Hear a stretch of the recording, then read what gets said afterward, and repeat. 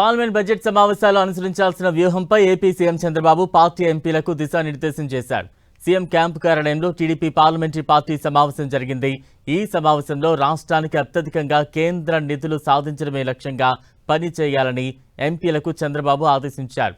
రాష్ట్రానికి సంబంధించిన కీలక ప్రాజెక్టులు, అభివృద్ధి అంశాలను పార్లమెంట్లో బలంగా ప్రస్తావించాలని చంద్రబాబు సూచించారు.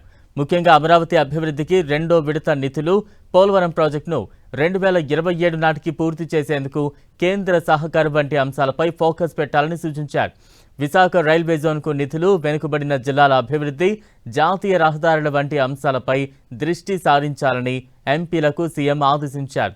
ఇప్పటికే అమరావతికి 15,000 కోట్ల నిధులను కేంద్ర ప్రభుత్వం విడుదల చేసింది.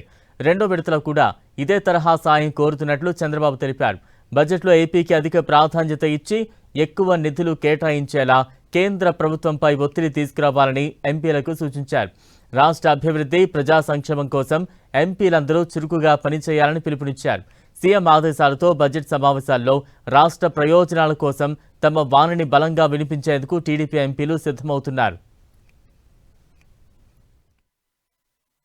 ఇరిగేషన్ ప్రాజెక్ట్స్ ఏదైతే ఉన్నాయో, శ్రీకాకుళం నుంచి రాయలసీమ దాకా ఉన్న ఇరిగేషన్ ప్రాజెక్ట్ ప్రతి ఒక్కటి కూడా వీటిని పూర్వోదయ స్కీమ్ కింద మనము తీసుకొని పూర్తి చేయాలి అని ముఖ్యమంత్రి గారు నిర్ణయించడం జరిగింది.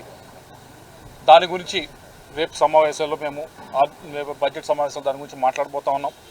అలాగే నల్లమల సాగర్ ఏదైతే పోలవరం మనం పూర్తి చేసుకుంటా ఉన్నామో, పోలవరం పూర్తి చేసుకున్నట్టు విశాఖపట్నం నీళ్ళు ఇచ్చుకోవటం, అలాగే పోలవరం నుంచి కృష్ణా రివర్కి, కృష్ణా నుంచి రాయలసీమకి నీళ్ళు ఇవ్వాలి అంటే నల్లమల సాగర్ పూర్తి చేయాల్సిన అవసరం ఉంది. దీని గురించి కూడా రేపు బడ్జెట్ సమావేశాల్లో మాట్లాడబోతా ఉన్నాం.